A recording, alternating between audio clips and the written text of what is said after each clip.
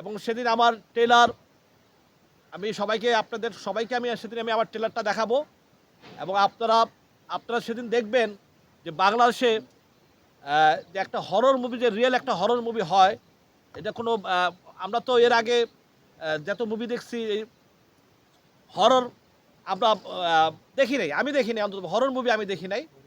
তো এই প্রথম বাংলাদেশে একটা হরর মুভি রিলিজ হতে যাচ্ছে এবং আশা করি আপনাদের সবার এবং যারা হরর মুভি, বিশেষ করে হরর মুভি যারা পছন্দ করেন এবং তারা হলে গেলে আপনারা বুঝতে পারবেন যে এই হরর মুভিটা আমি আমি এইখানে একটা কথা ছোট্টভাবে বলতে চাই যে আমি কখনো কোনোদিন কোনো পাবলিককে ধোঁকা দিয়ে আমি সিনেমা হলে নিতে চাই না এবং এই অভ্যাসটা আমার কখনোই ছিল না।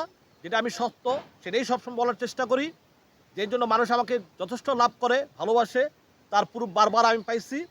এবং আপনাদেরকে বলতে পারি যে আমি কোনো ধোঁকা দিয়ে আপনাদেরকে হলে নিব না। আপনারা আমার ট্রেলার দেখলেই বুঝতে পারবেন এবং আপনারা একটা রিয়েল একটা হরর মুভি পাবেন ইনশাল্লাহ। বাকিটা এখানে আমার বড় ভাই আছে দেলোয়ার জাহান জন্টু, যারা বাংলাদেশের আমার খুব কাছের বড় ভাই, আমার গার্জিয়ান।